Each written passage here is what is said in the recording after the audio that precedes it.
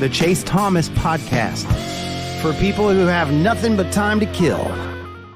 About going into this week, based on how we've seen this Tennessee team the last couple weeks, and also just the rash of injuries that have taken over this Tennessee roster at this point. But 24 hours later, Ryan Schumpert, what are you still thinking about from the Commodores going down once again to Tennessee in Neyland?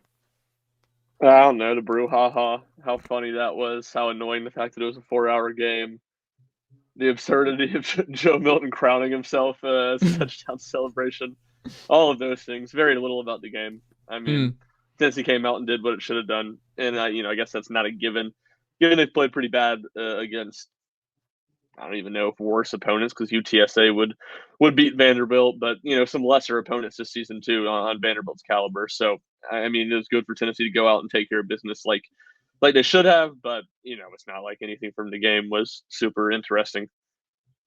It's also like the most Joe Milton thing ever to have his best game as a Tennessee Volunteer in his last home game inside Neyland. Once it's all over and the 4 losses are there, and it's just that I can't get over. It's like we should have seen it coming that Joe was going to look like, if he had looked like anywhere close to that most weeks of the season looks pretty different for Tennessee. But alas, that it's still a great way for Joe Milton to go out, but the crowning was quite funny. But it is what it is. Jack Foster, what about you 24 hours later? What are you still thinking about? Is it the brouhaha that Ryan alluded to with the officials? My biggest takeaway is that I'm glad for Ryan that he gets to say that word over and over again, and it maintains relevance for 48 to 72 hours, give or take. So congratulations, Ryan, for getting to use it in a headline and say it on 2 podcasts and write it multiple times. I know you love that.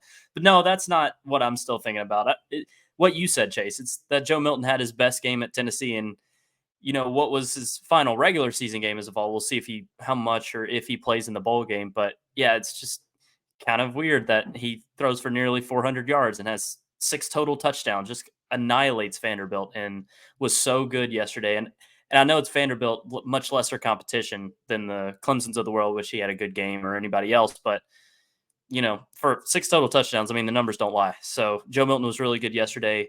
We finally saw it this year. It was the 12th game of the year.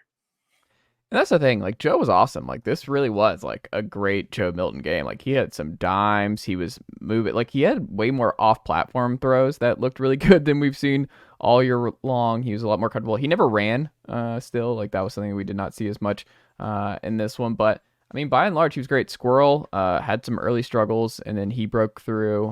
He had a good day.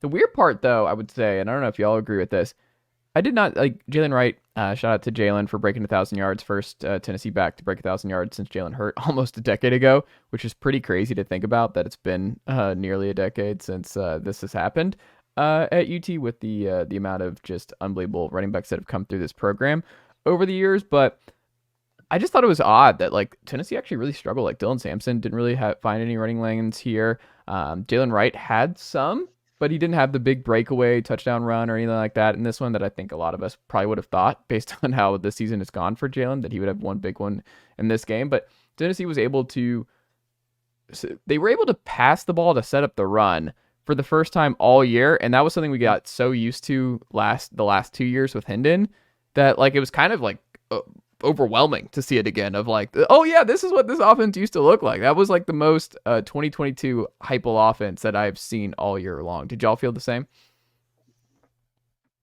Definitely, yeah. Yeah, I mean, you're right. It felt like the offense didn't run through the running backs. Didn't go through the running backs at all. It went through Joe, and it went through the receivers, and it went through the big plays. I mean, how often did you see receivers just wide open in the third level? So, that was just kind of the story of the game. Yeah, I think Jalen ran pretty well. The thing is, you look at the total carry numbers, and it was a good amount. They ran the ball, but it didn't really feel like they were running the ball a lot.